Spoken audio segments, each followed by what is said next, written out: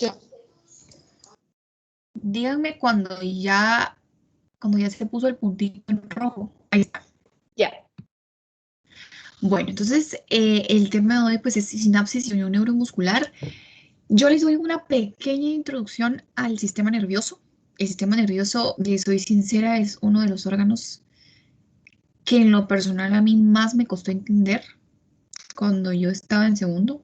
Considero que es uno de los sistemas más difíciles porque es muy extenso, ¿verdad? No solo su anatomía, sino también la fisiología se puede tornar un poco complicada, ¿verdad? Entonces, eh, yo les voy a hablar, ¿verdad? Más que todo, lo que vamos a ver ahorita en lo que resta de las clases tiene que ver mucho con el sistema nervioso, ¿verdad? Vamos a ver los reflejos sociotendinosos que tienen que ver con el sistema nervioso, vamos a ver la médula espinal, vamos a ver todo lo que tenga que ver con lo auditivo, ¿verdad? La sordera sensorial. Entonces, el sistema nervioso es muy extenso, ¿verdad? Entonces, en lo que resta de las clases, yo voy a tratar, pues, de enseñarles lo que yo considero que tienen que entender del sistema nervioso, ¿verdad? Porque muchas veces los libros, ustedes se van a dar cuenta que a veces leen Constanzo y se quedan así como, ¿y esto que me está diciendo? ¿Verdad? Entonces, yo voy a tratar de facilitarles un poco, ¿verdad? Y pues yo les voy a enseñar el sistema nervioso lo más importante. Pero ahorita es una breve introducción, ¿verdad? Que ustedes sepan cómo se divide, qué sistemas hay, ¿verdad? Entonces, recuérdense que vamos a discutir el caso clínico. Les puedo preguntar cualquier cosa del caso clínico, cualquier palabra, cualquier término, ¿verdad? Em, y recuérdense que todo lo que yo les pregunte tiene un punteo de 0,15. No solo evalúo que me contesten, sino evalúo también la calidad, ¿verdad? Si ustedes me dicen, y si yo les pregunto, ¿qué es el sistema nervioso autónomo? Ay, pues es un sistema que se divide en simpático y parasimpático. ¿Eso qué me dice, verdad? O sea, ¿qué más, verdad? ¿Cuál es su función?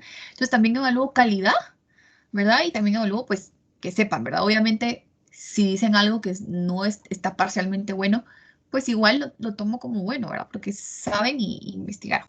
Ahora, si me dicen, mire, no sé, cero de una vez, ¿verdad? Entonces, ténganlo claro para que cuando vean su nota no digan, ay, ¿por qué me puso cero, verdad? ¿Sí? Entonces, vamos a empezar. ¿Quién me quiere leer esta diapositiva? Por favor. Yo, doctora. Dale. Datos generales. Paciente masculino de 35 años de edad, originario y residente de la ciudad de Guatemala, comerciante, casado. Motivo de consulta, visión doble de 6 horas de evolución. Historia de la enfermedad actual. Paciente refiere que hace 3 meses inicia con cuadro de debilidad generalizada que empeora con la actividad y mejora de forma significativa con el reposo. Refiere que padece episodios de disfagia y disartria Disar. frecuentemente y 6 horas previa a consultar inicia con diplopía Diplopía. y piptosis bilateral. Entonces, voy a tener, ok. Débora Palacios. ¿Sí? ¿Qué es disfagia? Disfagia es cuando el paciente tiene dificultad para tragar. Ok, gracias. Lisa Álvarez. Buenos días. Hola, buenos días. ¿Qué es tosis? Dosis. Ajá. Ah, aquí lo busqué, espérame. Ese es cuando el párpado superior cae sobre el ojo, entonces cubre la pupila. Ok, exactamente. Kimberly Mota. Sí. ¿Qué es disartria? Disartria es cuando es cuando se tiene dificultad para hablar o también puede ser, digamos que se tiene un ritmo muy lento y no, o sea, es difícil la comprensión. Ok, Y se da por problemas en los músculos que ayudan en el habla. ok, exactamente. Entonces, tenemos un paciente de 35 años masculino que viene porque está viendo doble. El paciente, pues, refiere que tiene dificultad para tragar, tiene dificultad para articular las palabras, observa que su párpado superior, que sus párpados superiores ambos están caídos y pues tiene visión doble, ¿verdad? Y que además, pues, se le dificulta mucho movilizar sus extremidades. Antecedentes importantes, no refiere ninguno. ¿Quién me puede leer el examen físico, por favor? ¿Puedo leerlo? Dale, póngalo si quieres. Bueno, ¿quién? Lo leo. Dale, pues. Antecedentes, nos refiere exploración física. En signos vitales, la frecuencia cardíaca es de 84, la presión arterial es de 120/80, la frecuencia respiratoria es de 22 y la temperatura es de 37 grados centígrados. El estado general es bueno. En los hallazgos positivos se tiene ptosis bilateral que aumenta con parpadeo repetido y diplopía cuando mira hacia arriba. La evaluación del resto de pares craneales es normal. No se observa ni se palpa óseo. Evaluación cardiopulmonar y abdominal son normales. En los miembros superiores e inferiores móviles y simétricos. Sin embargo, con fuerza muscular en los 4 miembros de 3 de 5, la cual empeora cuando se le solicita al paciente que mantenga los brazos y piernas elevados. Los reflejos osteotendinosos son profundos normales. Ok, entonces, este examen físico, signos vitales, ¿cómo está esa frecuencia cardíaca? ¿Normal? ¿Aumentada? ¿Quién me dice? Está aumentada porque la normal es de 60 a 100 latidos por minuto y él tiene... Ah, no, olvídelo, ya vi. Está normal. Está normal si está en el rango, disculpe. Sí, es de más o menos 60, 100, 80, 100, por ahí, ¿verdad?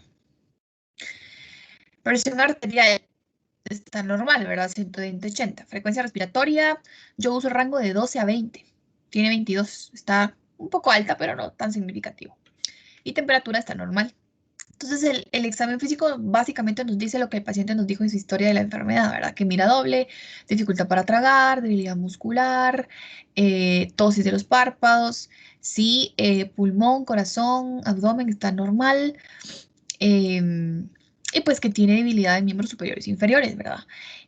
Tiene una fuerza muscular en los 4 miembros 3 de 5. María Lucía Granados. Sí, ¿Cómo están? ¿Qué quiere decir ese 3 de 5? pues el 3 de 5 es una evaluación que se hace en el sistema nervioso, donde se mira como se mide la fuerza del paciente en niveles 1, 2, 3, 4 y 5, ¿sí? Entonces, como lo que se hace es que se les pone como cierta fuerza para ver qué tanto pueden levantar el brazo. Entonces, si tiene 3 de 5, quiere decir que puede levantar el brazo, pero que si uno le pone un poco de resistencia, no va a poder levantar el brazo completamente, o sea, le va a costar demasiado. Ok, gracias. Entonces, la escala de fuerza muscular, pues es importante que ustedes se la aprendan, ¿verdad? Es una escala que la vamos a ir viendo en el resto de las clases que siguen. Entonces, les aconsejo que se la aprendan de una vez porque en el examen parcial yo no les voy a poner, ay, si el paciente soporta resistencia, el paciente no soporta, yo solo les voy a poner 2 de 5, 3 de 5, 4 de 5 y ustedes tienen que saber qué significa, ¿verdad? Entonces, el grado, hagan de cuenta que el paciente pues tiene su brazo en una superficie o pongan ustedes su brazo sobre su mesa así estirado. Entonces, en el grado 0, el paciente no puede mover, hacer ningún movimiento de los dedos, ni subir el brazo, ni moverlo, ni nada. El brazo está ahí, débil, no hay nada de movilidad. La escala va de 0 a 5, ¿verdad? Entonces, grado 0 es lo que ya les comenté. Grado 1 es que solo hay vestigios de movimiento, es decir, que el paciente no puede hacer ningún movimiento por sí solo, el brazo tampoco se puede mover, Pero en los músculos ustedes ven que hay ciertas fasciculaciones o contracciones del músculo, ¿verdad? ¿No han visto o no han sentido que a veces les tiembla el ojito, el párpado del ojo, de forma involuntaria? ¿A quién le ha pasado esto? Sí, A mí, a sí. mí. Entonces, hagan de cuenta que algo así se va a ver, pero en los músculos del brazo, ¿verdad? Por ejemplo, lo pueden ver en el bíceps. Ustedes van a ver que hay como, o incluso yo siento que a veces a mí como que me salta un músculo de, tal vez de la cara o tal vez de la pierna incluso. Siento que hay pequeñas contracciones que yo no puedo controlar, ¿verdad? Entonces, eso es lo que ustedes van a ver en un grado 1, ¿verdad? Pero el paciente no puede ni mover los dedos, ni mover el brazo por sí solo. Ustedes solo van a ver ese movimiento o esa contracción muscular que el paciente no puede controlar. Ese es el grado 1. El grado 2, el paciente ya, el brazo sigue en la superficie, ¿verdad? El brazo sigue en la superficie, no puede levantar el brazo, es decir, no puede vencer la gravedad, ¿verdad? Entonces, pero sí puede venir y mover los dedos, ¿verdad? Flexionarlos, estirarlos, rotar el brazo de un lado hacia otro, ¿verdad? Pero al levantarlo, eso no puede, ¿verdad? Eso quiere decir que no vence la gravedad. Grado 3, igual, puede hacer cualquier tipo de movimientos ya con el brazo sobre la mesa, por ejemplo, puede mover el brazo, puede mover la mano e incluso vence la gravedad. Pero si ustedes vienen y le ponen a cargar un libro a esa persona, no lo va a soportar, ¿verdad? No soporta absolutamente nada de resistencia. Ese es el grado 3. El grado 4, igual es una persona que puede mover su brazo, puede levantarlo, es decir, vence la gravedad, mueve su mano, mueve todo, pero solo soporta una resistencia débil, ¿verdad? Es decir, solo soporta, por ejemplo, una libreta o ya soporta ese libro delgado, ¿verdad? Ahora, el grado 5 ya es alguien que soporta cualquier tipo de resistencia, ¿verdad? Igual puede moverlo, vence la gravedad, es decir, puede subirlo, ¿verdad? Entonces, esa es la escala. Cuesta al principio acostumbrarse a ella, no crean, yo en segundo año me costaba un montón que se me quedara, pero al final pues entendí que en el hospital es muy útil, ¿verdad? Porque muchas veces ustedes pues van a tener pacientes con problemas neurológicos, ¿verdad? Que con debilidad muscular y eso forma parte de su examen físico, ¿verdad? Entonces, cuando ustedes estén en el hospital, muchas veces cada mañana ustedes van a tener un paciente en específico y van a tener que ir a evaluarlo. Y si su paciente, bueno, mi paciente tiene un trastorno neurológico, voy a evaluar pares craneales, voy a evaluar fuerza muscular y ustedes tienen que, a veces el jefe del servicio, el que pasa a visita, les dice, bueno, ¿cómo estaba la fuerza muscular? ¿Por qué? ¿Cómo lo evaluaste? ¿Verdad? Entonces, eso también es importante que lo aprendan a evaluar, ¿verdad? Igual a veces los ponen a hacer consultas a medicina física, ¿sí? Y los médicos de medicina física les dicen, bueno, decime entonces, ¿cómo estaba la escala de fuerza muscular? ¿Por qué decís eso? ¿Verdad? Entonces, traten desde ya de aprenderse esa escala, ¿verdad? ¿Dudas con la escala? Sí, doctora, disculpe. Buenos días. Ujú. Esa escala siempre se mide en referencia al brazo. No, evalúas en miembros superiores y en miembros inferiores. Muy bien, muchas gracias. Bueno. Ok, y los reflejos osteotendinosos, que también es otra escala, pero no pretendo que decírselas ahorita porque pues este paciente la tiene normal, ¿verdad? Solo les voy a decir que es una escala que va de 0 a 4, ¿sí? Y que lo normal, si yo les pongo 2 de 4, quiere decir que el paciente tiene sus reflejos osteotendinosos normales. Más adelante en otra clase vamos a hablar específicamente solo de los reflejos osteotendinosos, cómo es que se da ese proceso, porque también es importante que lo sepan. Pero por el momento solo sepan eso, ¿verdad? Que sí hay una escala y todo, pero que si está normal, quiere decir que está 2 de 4, ¿ok? Y así en otro caso yo les pongo que los reflejos osteotendinosos pues ya están alterados, pues ya investigan toda la escala y ya la vemos más para profundidad, ¿ok? Entonces, estamos hablando de un paciente que tiene una afección a nivel muscular, ¿verdad? Porque tiene debilidad. Entonces, los músculos están controlados o están dirigidos por el sistema nervioso, ¿verdad? Entonces, antes de empezar a ver sobre la enfermedad que tiene o por qué la tiene, es importante que empecemos a hablar un poquito del sistema nervioso. Entonces, Florilet Cifuentes. Sí, buenos días. Hola, buenos días. ¿Qué encontraste que era sinapsis y qué tipos de sinapsis había? Encontré que la sinapsis era el lugar donde se transmite información de una célula a otra y existe la sinapsis eléctrica y la química. Ujú. Digo Ok, que es cada uno, ¿no? sí. Eléctrica es en la que se da un flujo de corriente de una célula excitable a la siguiente. Eso se da más en el músculo cardíaco y en el liso. Y la química, información transmitida a través de las hendiduras sinápticas. Ok. Sinapsis es básicamente la forma en que células del sistema nervioso se conectan, se pasan información, transmiten información, ¿verdad? Entonces, hay una sinapsis eléctrica, hay una sinapsis química. La sinapsis eléctrica es por canales iónicos. Entonces, ustedes van a ver que siempre va a haber una neurona presináptica, que es la que va a transmitir la información, y una neurona posináptica, que es la que va a recibir la información. Entonces, cuando es una sinapsis eléctrica, si ustedes parten aquí a la mitad, la neurona presináptica va a tener la mitad de ese canal iónico que va a ayudar a transmitir la información y la posináptica va a tener la otra mitad. Y cuando es el momento de transmitir información, esas dos neuronas se van a unir y vean, hay como puentes o canales al final. Entonces, cuando se da la despolarización y entra el sodio, ¿qué sucede?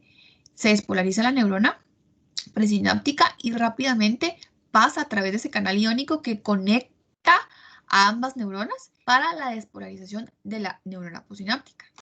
Entonces, se considera que es una despolarización o una comunicación un poco más rápida, ¿verdad? Y este tipo de sinapsis eléctrica es necesaria en células que tienen impulsos, que llevan impulsos eléctricos, como por ejemplo todo el sistema de conducción eléctrica del corazón, que ya lo van a ir viendo más adelante. Tenemos un nodo sinusal, un nodo atrioventricular, que todas esas células nodales que están ahí son células que transmiten impulsos eléctricos. ¿Y a través de qué lo hacen? A través de canales iónicos. Entonces eso se considera una sinapsis eléctrica. Ahora tenemos la sinapsis química, que es la que vemos en la unión neuromuscular, ¿verdad? O en la mayor parte de las neuronas. Entonces, la química trata de que dentro de la presináptica se envuelven vesículas con algún neurotransmisor y luego estas vesículas sueltan el neurotransmisor y el neurotransmisor ya es captado por algún receptor en la neurona posináptica, ¿verdad? Esa es la diferencia. Ahora, importante, estamos hablando, en esta clase pues vamos a abarcar, ¿verdad? Un poco sobre músculo esquelético, ¿verdad? Músculo esquelético es aquel músculo que dónde se encuentra. Son músculos que yo puedo venir y yo puedo decidir si lo muevo o no. Por ejemplo, si yo quiero levantar mi mano, levanto mi mano y básicamente pues son movimientos voluntarios, ¿verdad? Son músculos que controlan movimientos voluntarios. Entonces, todo músculo esquelético, que no va a estar solo en mis extremidades, sino también puede estar en mis ojos, porque yo puedo decidir si cierro o abro mi ojo, ¿verdad? O también yo puedo decidir si muevo mi ojo a la derecha, si muevo mi ojo a la izquierda, si lo subo, si lo bajo, ¿verdad? Entonces, todos esos músculos, igual por ejemplo los de la masticación, si yo decido masticar, los muevo, ¿verdad? Si yo decido hablar, pues muevo los músculos para la articulación de las palabras. Si yo decido tragar un alimento, ¿verdad? Ya introducirlo al esófago, pues igual hay músculos que me ayudan a tragar, ¿verdad? Pero yo decido, entonces son músculos, todo músculo esquelético es aquel músculo que yo puedo venir y puedo controlar. Entonces, ese tipo de músculo está controlado de forma, tiene como una dominancia neurológica, ¿verdad? Es decir, está dominado por el sistema nervioso. Entonces, Existen dos neuronas, la neurona motora inferior y superior. Siempre que vean la palabra motora o motor, se refiere a movimiento, ¿verdad? Entonces, existen dos tipos, ¿verdad? La neurona motora superior e inferior, que son las que al final dirigen a estos músculos esqueléticos o son los que transmiten un impulso o mensaje, ¿verdad? Entonces, la neurona motora superior es la que se origina desde el cerebro, llega a la médula espinal y ahí en un lugar de la médula espinal hace sinapsis con la motoneurona inferior. Y la motoneurona inferior luego va y lleva un mensaje hacia la fibra muscular. Y así es como el músculo se contrae, ¿verdad? Porque al llevar el mensaje a la fibra muscular, esa fibra muscular se despolariza, ¿sí? Y se contrae, ¿verdad?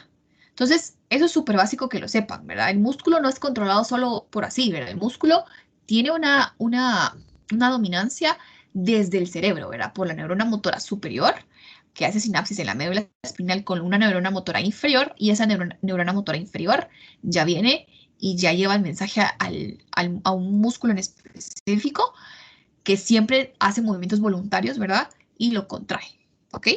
¿Dudas con esto? No, doctora, todo claro. Ok. Doctora, disculpe. Ujú. Sí, es de que María me está pidiendo el link para meterse a la clase desde hace rato, sí, y lo hemos intentado enviar y no hemos podido hacer que ella se una a la clase. ¿Será que usted me puede mandar el link para enviárselo a ella y ella pueda unirse, por favor? Ahí estamos. Ok, gracias.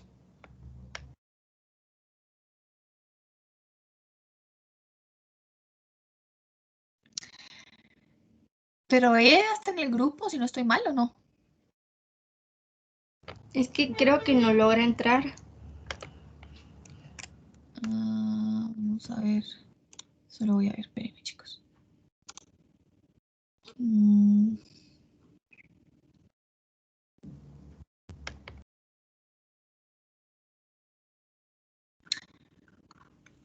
Voy a ver si la encuentro aquí.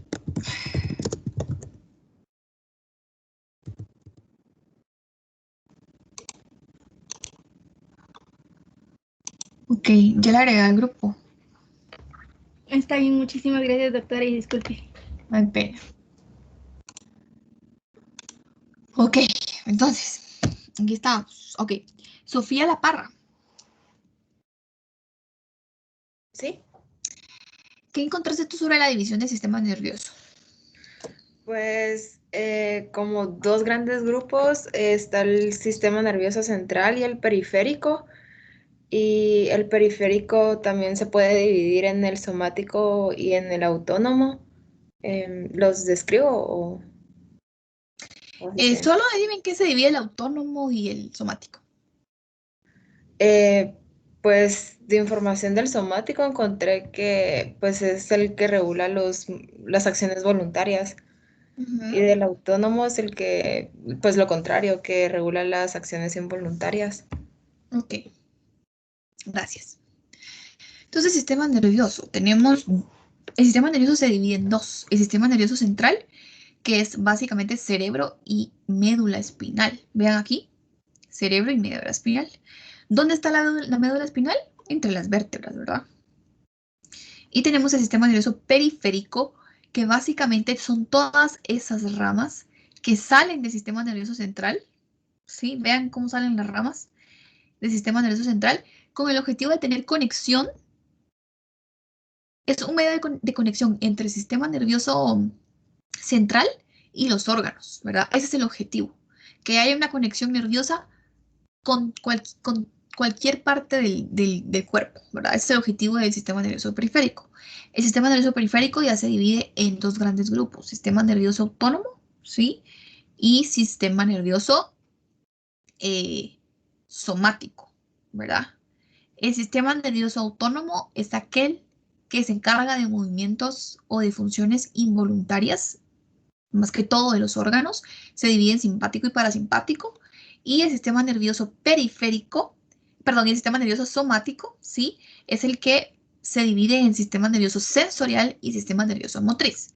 Cuando me refiero al sistema nervioso sensorial, hablo de este sistema que se encarga de transmitir estímulos dolorosos, estímulos de quemadura, estímulos de picazón, ¿verdad? Entonces tienen que saber que el estímulo doloroso, el estímulo sensorial, el estímulo de presión, va desde el área donde se siente ese estímulo, ¿verdad? Hasta el cerebro, por ejemplo. Si yo me quemo, la piel me va a doler, ¿verdad? Me va a provocar mucho dolor. Y ese estímulo va desde la piel hacia el cerebro, ¿verdad? O sea, es un estímulo que va desde abajo para arriba. Y el sistema nervioso motor o motriz es el que regula las contracciones, es el que regula los movimientos voluntarios, ¿verdad? De los músculos, de las extremidades, ¿verdad? Entonces, ese sistema o ese estímulo va desde el cerebro hacia el músculo que yo quiero mover o la extremidad que yo quiero mover, ¿verdad? Entonces, que se les quede. Sistema nervioso somático se divide en sistema nervioso sensorial y motor. Sensorial es todo estímulo de presión, dolor, picazón, ¿verdad? Que ese estímulo va desde el lugar de donde se siente el estímulo hacia el cerebro. Y lo motor va desde el cerebro hacia el área o el músculo, la extremidad que yo quiero mover. ¿Quedó claro eso? Sí, claro. Sí, doctora. Entonces, sistema nervioso central y sistema nervioso periférico. Sistema nervioso central, cerebro y médula espinal. Sistema nervioso periférico, todas las ramas que surgen del sistema nervioso central para conectarse con el resto del cuerpo. Sistema nervioso periférico se divide en somático y en autónomo. Autónomo media actividades involuntarias a nivel orgánico, ¿verdad? Se divide en simpático y parasimpático. Y somático se divide en sistema sensorial y motor. Eso lo tienen que tener sumamente claro. Si no, cuando ya se metan a ver a fondo el sistema nervioso, se van a perder. ¿Sí? Entonces, ese es el sistema nervioso periférico de nuevo, ¿verdad? Vean, sistema nervioso central, cerebro y médula espinal, y vean cómo surgen estas ramas, ¿verdad? Que al final son una conexión entre el sistema nervioso central y el resto del cuerpo. Entonces, Ana Sofía Letona. Hola, buenos días. Hola, buenos días. ¿Me podrías decir qué encontraste sobre qué era el simpático y el parasimpático? El sistema simpático y parasimpático. Sí, yo encontré que ambos regulan, son como una subclasificación del autónomo y regulan funciones involuntarias, pero el simpático regula la activación del cuerpo y el parasimpático regula la relajación y entra a funcionar después de un periodo de estrés, o sea, en que el cuerpo estuvo en estrés. Ok, gracias. Entonces, este sistema autónomo, pero inerva, ¿verdad? O se encarga de transmitir información hacia el músculo liso, cardíaco y glándulas de todo el cuerpo. Entonces, ambos, tanto el simpático como el parasimpático, son una división del sistema nervioso autónomo, ¿sí? Y el sistema nervioso autónomo, recuérdense que viene del sistema nervioso periférico. Entonces, tanto el sistema simpático y parasimpático regulan movimientos involuntarios porque ellos tienen efectos en órganos internos. Y yo no puedo controlar, bueno, ahorita estoy nerviosa, voy a hacer que mi corazón empiece a latir más rápido. O quiero que mi intestino haga peristalsis y mueva la comida a través del intestino, entonces que se contraiga el músculo que está ahí. Yo no puedo decir eso, ¿verdad? Es algo que se hace por control a nivel de simpático y parasimpático, ¿verdad?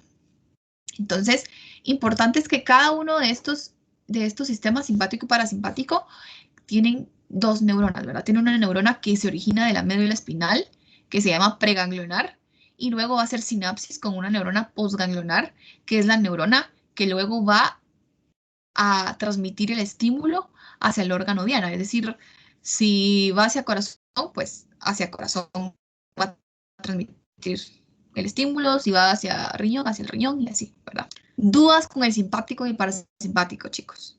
Ahorita lo vamos a ver más a fondo, pero ¿tienen dudas con eso?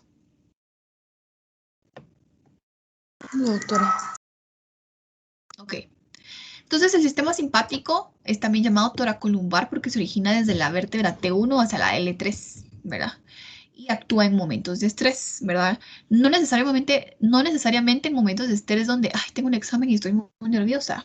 Sí, puede que actúe su simpático, aumentando su frecuencia cardíaca, ¿verdad? Pero en momentos de estrés, más que todo, se refiere a un estrés interno, a un estrés orgánico. Por ejemplo, el paciente que tenía una infección severa, ¿verdad? Y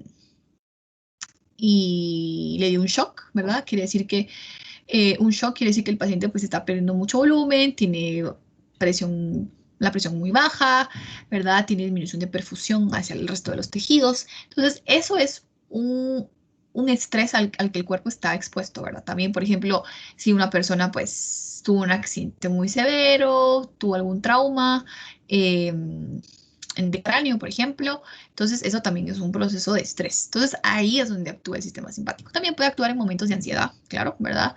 En ataques de pánico, ¿verdad? Ese es el sistema simpático, ¿verdad? Entonces, el sistema parasimpático es un sistema que también se llama craniosacro, nace de nervios craneales que salen del cerebro y termina pues en el sacro. Entonces, este actúa en situaciones donde pues estamos relajados, ¿verdad? Estamos sentados, estamos comiendo, el cuerpo no está bajo ningún tipo de estrés. Ahí es donde actúa el sistema parasimpático. Entonces, Wagner Solórzano. Sí, aquí estoy. ¿Qué efectos tiene el simpático y el parasimpático a nivel de los órganos? ¿Qué efectos encontraste? Pues los ejemplos que son como sobre la presión sanguínea, temperatura corporal, digestión, el metabolismo. Ok, pero ¿qué sucede con eso? ¿Aumenta, disminuye? ¿Qué hace el simpático con eso?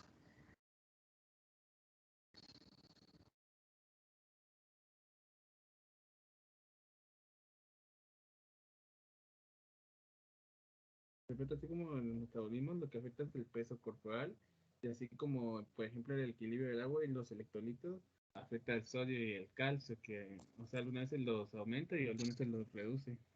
Ok. ¿Qué más encontraste? Solo encontré lo que afecta es en la micción y en la defecación. Ok. ¿Y qué provoca el simpático en ese sentido? Eso sí, no lo pude investigar además. Ok, cuando yo les pregunto efectos de simpático y parasimpático, ustedes ponen en Google y les salen imágenes, diversidad de imágenes sobre los efectos que tiene simpático y parasimpático, ¿verdad? Entonces, el parasimpático, efectos contrae la pupila, estimula la salivación. ¿Por qué? Porque estamos en momentos de tranquilidad, de relajación. Entonces, por ejemplo, si estamos comiendo o algo así, pues esa salivación va a aumentar el procesamiento de la comida, ¿verdad? Y la digestión, ¿verdad? Reduce el latido cardíaco, contrae los bronquios, estimula la actividad digestiva, estimula, por lo tanto, la secreción de ácido gástrico. ¿Para qué? Para aumentar la digestión, ¿verdad? Porque estamos en un momento donde estamos relajados. Estimula la vesícula biliar, contrae la vejiga, ¿verdad? ¿Con el objetivo de qué? De que pues podamos excretar orina, relaja el recto, ¿sí? Y los efectos que hace el parasimpático, lo contrario hace el simpático. Si el simpático contrae la pupila, el simpático la dilata. Si el parasimpático estimula la salivación, el simpático la inhibe. Si el parasimpático reduce el latido cardíaco, el simpático la aumenta. Entonces yo les aconsejo que se aprendan solo un sistema y ya saben que lo contrario hace el otro, ¿verdad? Esa es la forma más fácil, ¿sí? Entonces, ahora vamos, Bárbara Cobos. Sí. No sé Entonces si me dime, Sí, ya.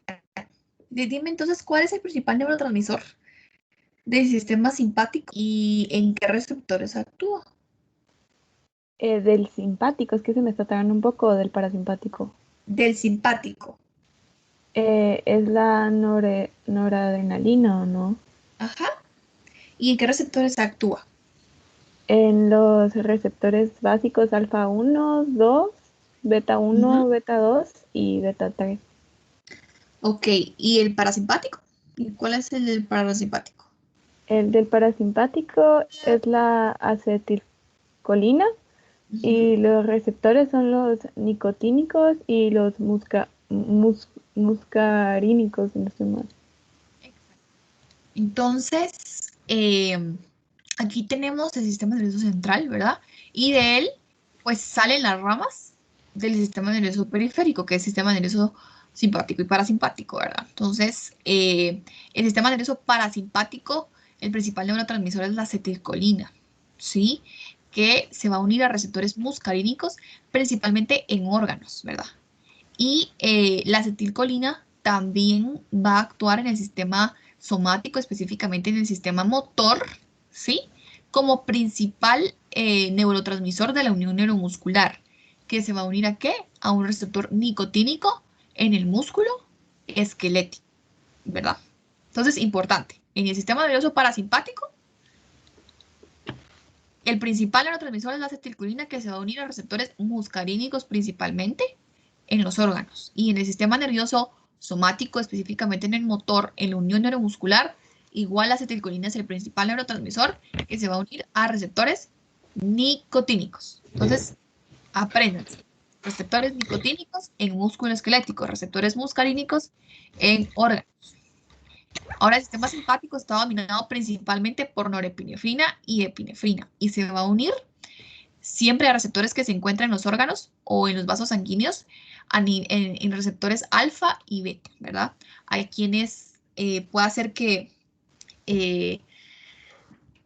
alguno de estos neurotransmisores como noradrenalina y epinefrina se unan principalmente solo a los alfa o solo a los beta, ¿verdad? Pero pueden unirse tanto a alfa o a beta, ¿verdad? Esos son los receptores a los que se unen este tipo de neurotransmisores del sistema simpático.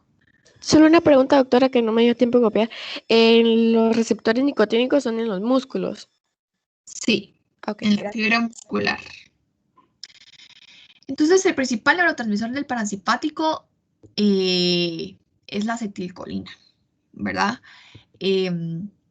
La acetilcolina se va a formar a partir de una molécula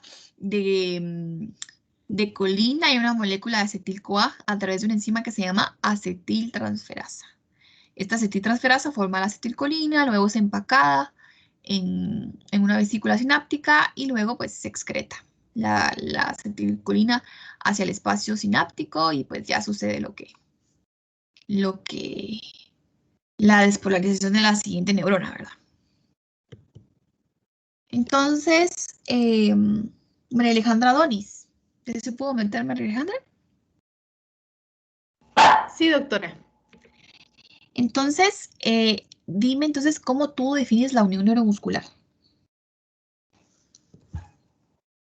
Perdonen a mi perrita, pero es un poquito molestona.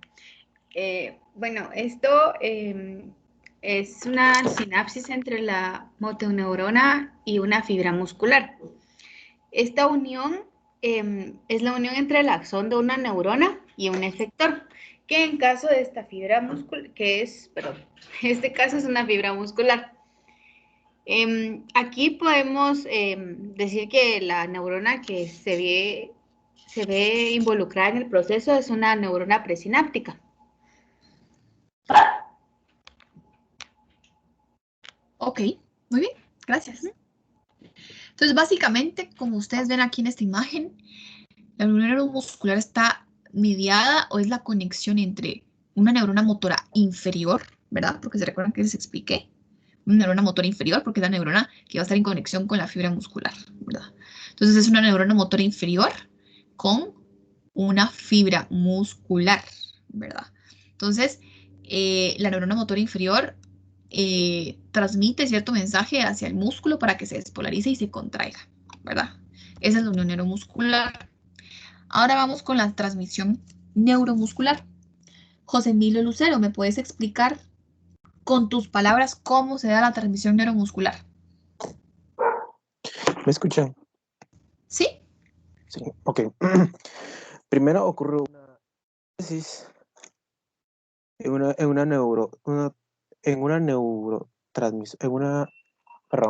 ocurre una síntesis de la acetilcolina. Ok.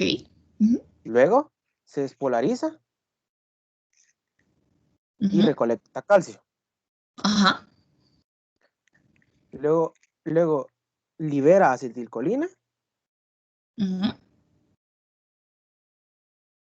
Luego ocurre la difusión de acetilcolina mediante la membrana postsináptica.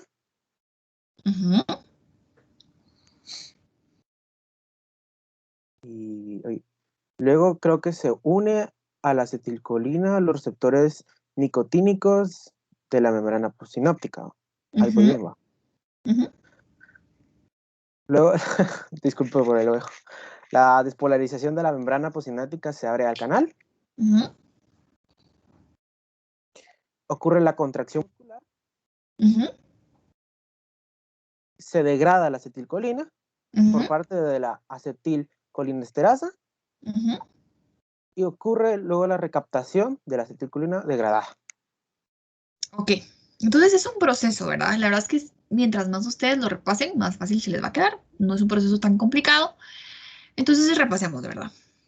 Entonces, la neurona presináptica, esta es la neurona presináptica y pues esta es la fibra muscular, ¿verdad? Perdón, esta es la neurona motora inferior, ¿sí? Y esta es pues la fibra muscular, ¿verdad? Entonces, esta neurona se va a despolarizar, ¿sí? Va a entrar sodio, se despolariza, eso va a activar los canales de calcio, ¿ok? Para que entren a esta neurona motora, ¿verdad? Entonces, entra el calcio a la neurona motora y eso pues previamente ya se sintetizó la acetilcolina por la enzima que ya les comenté anteriormente. Entonces ya la acetilcolina está aquí guardada en estas vesículas. Entonces cuando entra el calcio, esto permite que estas vesículas se acerquen más hacia la membrana, ¿verdad? Esta neurona, y pueda ser excretada la acetilcolina en el espacio sináptico, ¿verdad? Entonces, ya aquí en el espacio sináptico, la acetilcolina viene y se une a un receptor que está localizado en la fibra muscular. Entonces, es un receptor de tipo nicotínico principalmente. Se considera que es un canal iónico porque cuando se une la acetilcolina a él, inmediatamente es un canal que deja que entre sodio y salga potasio. Cuando entra sodio, provoca que esta fibra muscular, perdón, también se despolarice, ¿verdad? Y por lo tanto, pues hay un proceso de contracción. Entonces, cuando se despolariza esta fibra, llega un momento donde una enzima que se llama acetilcolinesterasa viene, agarra la acetilcolina que se sigue liberando de las vesículas, la agarra y decide degradarla en colina y acetato, ¿sí? El acetato se va y la colina es recaptada, ¿verdad? A través de un canal con transportador de sodio y colina, vuelve a ingresar a la neurona motora inferior. ¿Para qué? Vuelva a ser utilizada esta colina y volver a sintetizar acetilcolina a partir de ella. ¿Quedó claro esto?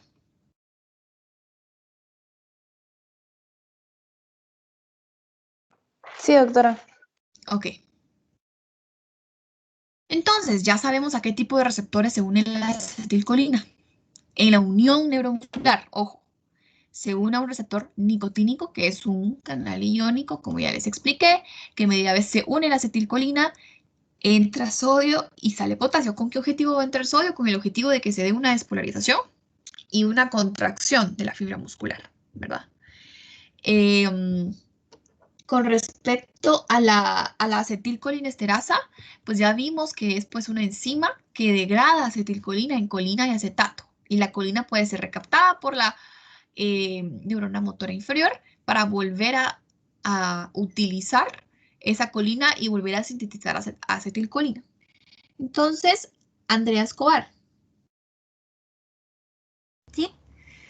¿Qué encontraste tú sobre el efecto que podía tener un inhibidor de un medicamento inhibidor de la acetilcolinesterasa? ¿Qué va a provocar? Ok, cuando si se inhibe la acetilcolinesterasa va a haber menos degradación de acetilcolina y de colina, ¿verdad? Y esto va a provocar que la acetilcolina vaya a aumentar sus niveles en el espacio postsinápticos, causando enfermedades como por ejemplo la miastenia gravis. Ok. Entonces, ¿qué sucede específicamente? Si yo, por ejemplo, la piridostigmina es un inhibidor de esta enzima, ¿verdad? La acetilcolinesterasa. Si yo la bloqueo, yo no puedo degradar la acetilcolina y la acetilcolina se va a quedar más en este espacio sináptico. Si se queda más la acetilcolina en este espacio sináptico, la acetilcolina se va a quedar más tiempo en los receptores, ¿verdad? Porque la acetilcolina sigue saliendo y se va a seguir uniendo a los receptores. Entonces, ¿qué va a pasar? Va a haber una contracción un poco más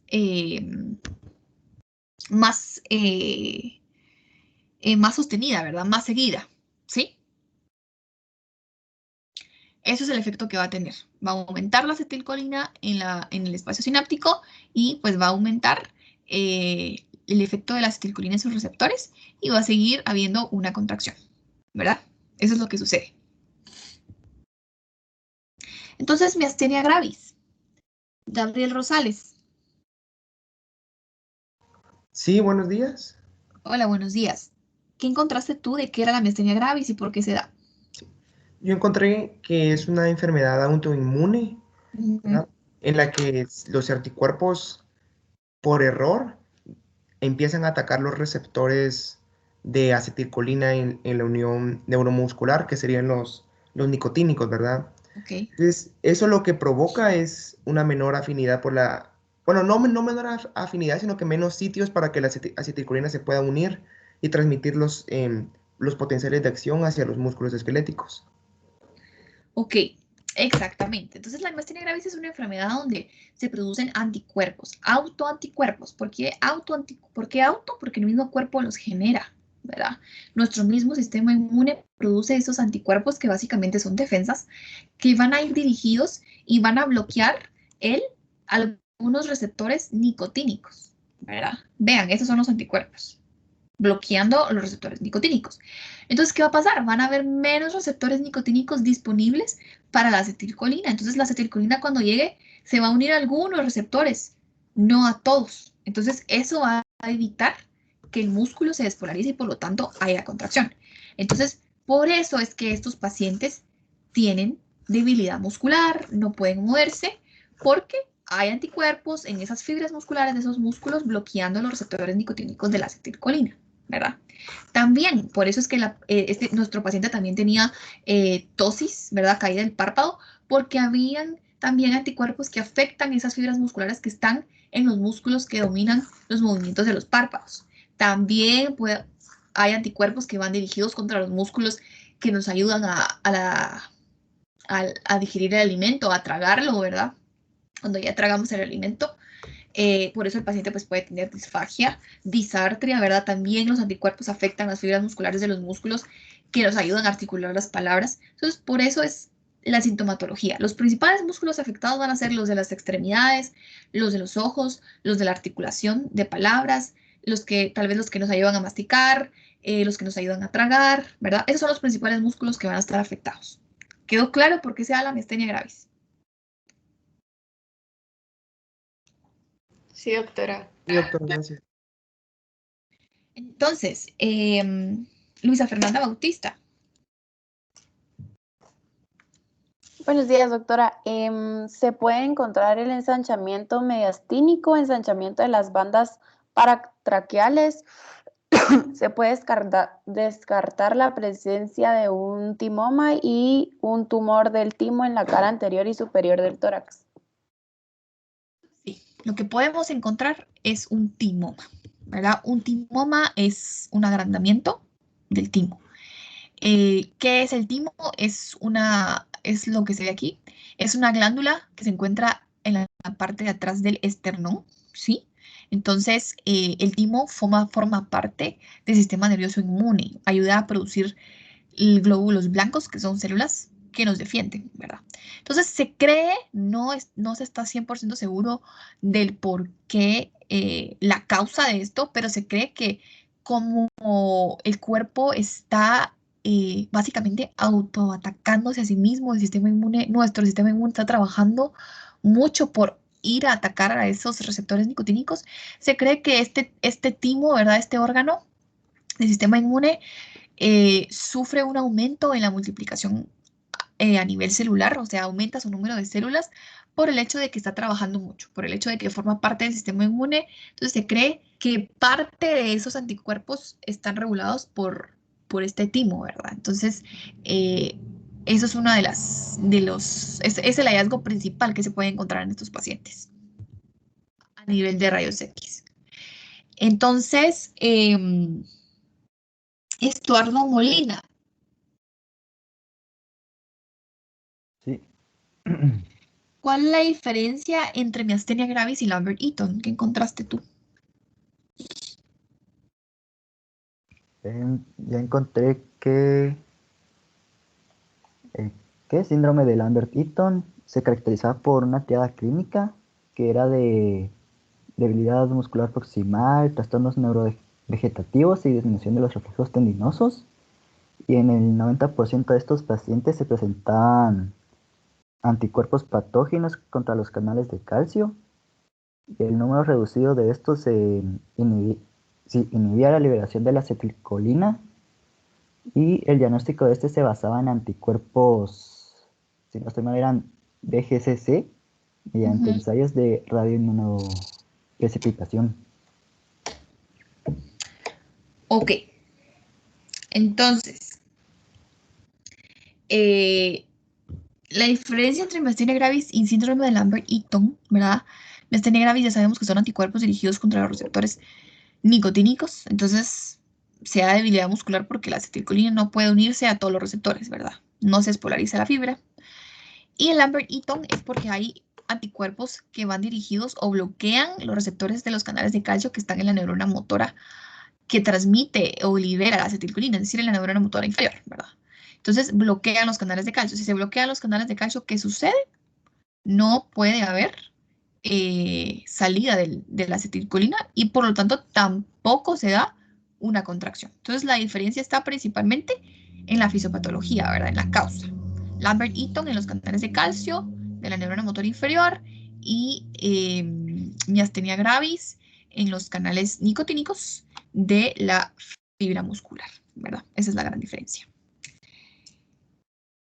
Lourdes Amayoa, ¿qué otros neurotransmisores importantes encontraste? Buenos días. Sí, yo encontré que aparte de la noradrenalina, se encontraba la adrenalina, la dopamina, la serotonina, histamina, glutamato, glicina, el óxido nítrico, los neuropéptidos, las purinas como ATP y adenosina y el GABA. Ok. Entonces, sí, tenemos norepinefrina y epinefrina, tenemos dopamina, que tienen más que todo, pues, son liberados a partir del tejido cerebral y también de la glándula suprarrenal, ¿verdad? La serotonina, más que todo a nivel del tejido cerebral, a nivel del sistema gastrointestinal también tiene un efecto. Son precursoras también es precursora también para producir melatonina, perdón. Histamina, más que todo en neuronas del hipotálamo es que se produce y en los mastocitos. Esta histamina pues tiene un efecto principalmente en procesos alérgicos, ¿verdad? Glutamato, que es considerado el mayor excitador, el neurotransmisor mayor excitador. La glicina y GABA, que son neurotransmisores inhibitorios, ¿verdad? Esos básicos siempre lo van a ver. Hay medicamentos que bloquean los receptores GABA, ¿verdad? Hay medicamentos que potencian la actividad de los receptores de glutamato, ¿verdad? Hay medicamentos también que potencian la actividad de los receptores GABA y esto es para, como tienen un efecto inhibitorio, es, por ejemplo, para el tratamiento de las convulsiones, ¿verdad?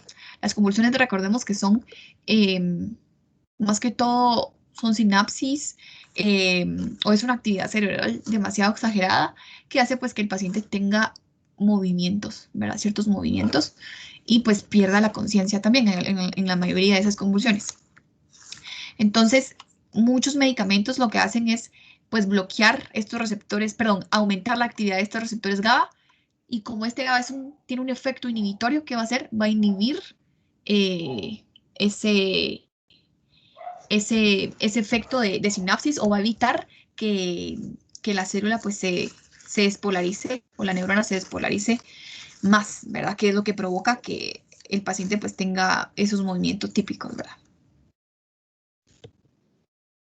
Entonces, chicos, eso es lo que les traía el día de hoy. ¿Qué les pareció? ¿Cómo lo sintieron? ¿Tienen dudas? ¿No tienen dudas? La verdad es que a mí me gustó un montón como investigar cada cosa y ir como, si a uno le dan un caso clínico es como más fácil que entienda lo que está pasando porque va buscando como lo relacionado a eso y va entendiendo el porqué. Entonces me gustó.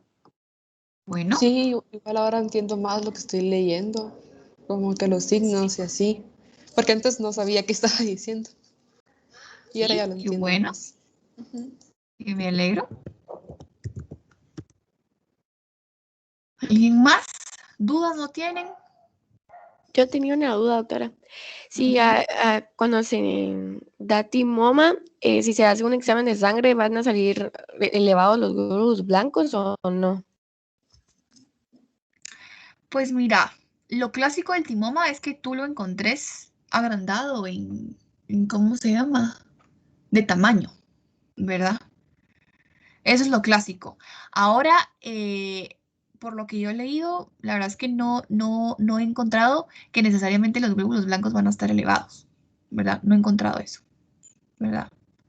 Pero lo único, o sea, lo más determinante de eso es que tengas un paciente con debilidad muscular, ¿verdad?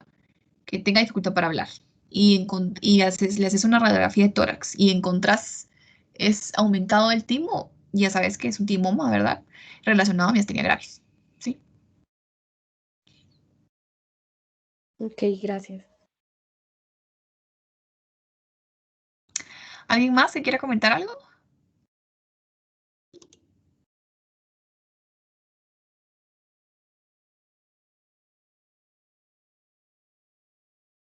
Todo claro, chicos. Miren, esto, lo que les acabo de enseñar, el sistema nervioso, es súper importante que lo capten desde ahorita. Porque lo que ya empezaron a ver sistema nervioso como tal. Aún no. ¿No? No. Ok. Ahorita vamos por músculo esquelético y músculo liso y las contracciones musculares. Ok, nosotros vamos a ver eso la próxima semana. Porque ahorita solo les expliqué, bueno, sí, en la unión neuromuscular hay despolarización de la fibra y se contrae, pero como les digo, o sea, no se queda solo ahí. El proceso de contracción muscular es un proceso mucho más profundo, ¿verdad? Que ustedes ya lo están viendo. Entonces, eso vamos a ver nosotros la próxima semana, ¿verdad? Un caso clínico relacionado con músculo, ¿verdad? Cómo es que se da la contracción, qué sucede. Entonces, y ya después, si no estoy mal, vienen más clases relacionadas al sistema nervioso. Entonces, sí les recomiendo que lo que vimos hoy lo entiendan bien, porque es como una base. Si ustedes no entienden cómo se distribuye el periférico y cómo se distribuye el sistema nervioso central, se van a perder, ¿verdad? Entonces, traten de entenderlo desde ya. Pregunta, ¿cómo sintieron el corto? ¿Cómo les fue? ¿Cómo lo sintieron?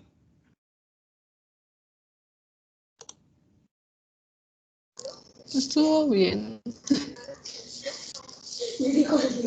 Sí. Facilísimo, ¿va? Muy bien, doctora. La verdad sí tenía mucha relación. O sea, todo lo que vimos, pues venía ahí preguntado. O sea, no era nada que no. Sí. Ajá. Todo lo que dijo en clase fue lo que preguntó, sí, muchas gracias. Exactamente, ¿verdad? Entonces, cuando me dé chance de revisar el corto, lo voy a hacer y hoy pues da tiempo, ¿verdad? Entonces lo voy a revisar rápidamente porque creo que pues tienen el derecho a recibir una retroalimentación, ¿verdad? En el caso de cuando sean exámenes parciales, sí me va a costar un poco más darle retroalimentación. Entonces, cuando sean esos casos, prefiero que me pregunten personalmente si tienen duda de una pregunta en específico, ¿ok?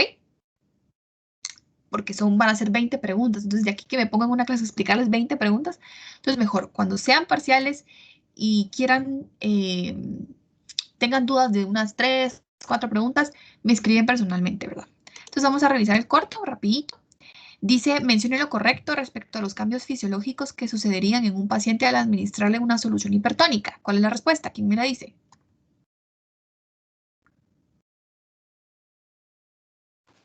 Es A. A, ¿verdad? ¿Por qué? Porque yo le estoy administrando una solución con más soluto que líquido. Entonces va a haber más soluto en el espacio extracelular comparado con el intracelular. Y recuérdense que el agua se va hacia donde hay más soluto. ¿Y dónde hay más soluto? En el espacio extracelular. Entonces, ¿habría salida de líquido del espacio extracelular? B, ¿habría ingreso de líquido del espacio intracelular? No. Eso pasaría si yo le estuviera metiendo una solución hipotónica. C, ¿el líquido intracelular no cambiaría?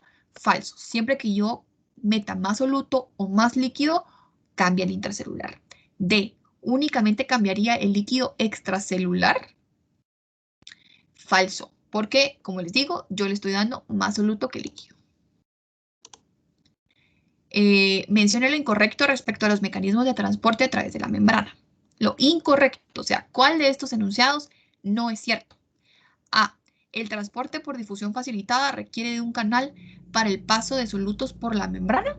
Eso es cierto, pero no es la respuesta. B, el transporte por difusión simple no requiere de energía ni de canal para el paso de solutos a través de la membrana. Eso es cierto, pero no es la respuesta. C, el transporte activo secundario utiliza energía de forma directa. Falso. Esa es la respuesta porque yo les pedí que pusieran el enunciado incorrecto. D, el transporte activo primario utiliza energía de forma directa. Cierto, pero no es la respuesta, ¿verdad? ¿En qué hallazgo se fijaría usted principalmente para determinar rápidamente que un paciente con diarrea tiene una deshidratación severa? ¿Ojos hundidos? No. ¿Por qué? Porque lo van a ver tanto en una deshidratación moderada como severa. B, ausencia de lágrimas al llorar. Igual, lo van a ver tanto en una deshidratación moderada como severa. C, retracción del pliegue cutáneo de forma rápida. Esto lo van a ver en una deshidratación muy leve, ¿verdad? E incluso es lo normal. D, hipoactividad o inconsciencia. Esa es la respuesta, porque recuérdense que un paciente severo con deshidratación severa no puede ni tomar agua porque está inconsciente o está muy débil, y un paciente moderado solamente va a estar llorando y va a estar irritable, ¿verdad? Y por último, mencione lo correcto respecto al efecto de la diarrea en los espacios intra y extracelular. Únicamente se da un cambio en el líquido intracelular. Falso. No es la respuesta. Únicamente se da un cambio en el líquido extracelular. Verdadero. Por como hay pérdida de soluto y líquido al mismo tiempo, solo eso se afecta. ¿Se da un cambio tanto en el líquido intracelular como extracelular? Falso. ¿Hay salida del líquido del espacio intracelular? Falso. Entonces la respuesta es únicamente se da un cambio en el líquido extracelular. ¿Dudas con el corto? No, doctora. Ok. Perdón, Chicos, disculpe, yo sí tengo una duda. Con la última pregunta, solo que decía con los efectos de la diarrea en los espacios intra y extracelular. Es que en esa pregunta, no sé cómo yo pensé, como en la diarrea se pierden pues solutos y agua. Y es por eso que no se... O sea, solo cambia el espacio extracelular. Ajá, exactamente. Ah, sí, es que yo pensaba que tal vez como que salía agua del espacio intracelular, pero... No porque como estás perdiendo lo mismo. Si tú tuvieras una pérdida, por ejemplo, ¿cómo se dice? Si tú tuvieras una pérdida mayor, si estuvieras perdiendo, por ejemplo, más soluto que agua, ¿verdad? Tendrías más agua en el espacio extracelular, ¿verdad? Entonces, ¿qué haría el agua en ese sentido? Ingresaría a la célula, ¿verdad? Porque en ese momento, como tú estás perdiendo soluto, va a haber más soluto en el espacio intracelular. Entonces, el agua se iría hacia el espacio intracelular, porque en el extra, tu soluto lo estás perdiendo, ¿verdad? Entonces, siempre que tú tienes una pérdida de soluto y de líquido al mismo tiempo, el intracelular no pasa nada, ¿verdad? Ahora, si tú ya tienes una pérdida mayor de soluto o mayor de líquido, el intracelular ya cambia y ya ve cómo lo compensa, ¿sí? Sí, ahora sí ya entendí. Gracias. Entonces, tarea. ¿Cuál va a ser la tarea? Siempre a mano, chicos, de forma individual.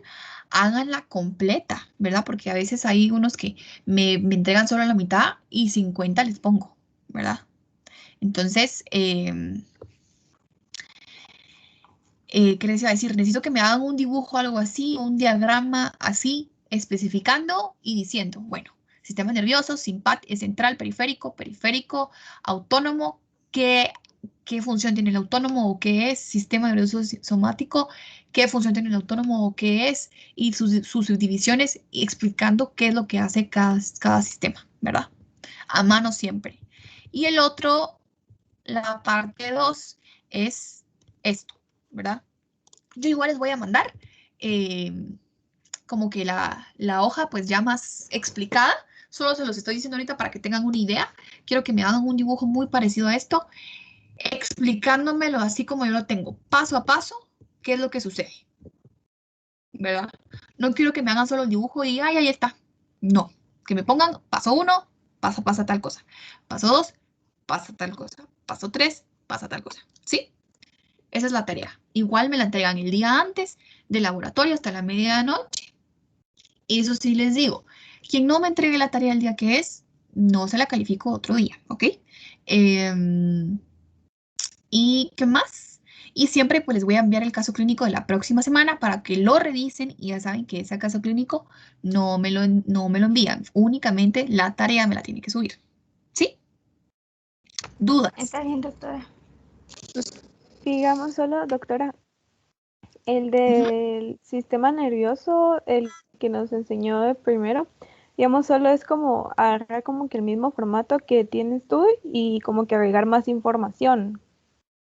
Sí, yo te voy a poner específicamente las instrucciones en la hoja en Word. Yo siempre les voy a enviar una hoja en Word con las instrucciones y con los dibujos que pueden usar igual o pueden hacerlo diferente, ¿verdad? Ustedes deciden. Pero sí tiene que tener el contenido que yo te voy a decir, ¿verdad? Y gracias. ¿Eso, las instrucciones las va a subir hoy o...? Entre hoy y mañana, ¿oíste? Ok. Gracias, doctora. Bueno, ¿alguien más tiene dudas? Bueno, chicos, entonces nos miramos la próxima semana. Que tengan un buen resto de semana y platicamos. ¿Oyeron? Gracias, doctora, igualmente. Feliz día. Feliz día. Buen día, chicos. Gracias, doctora.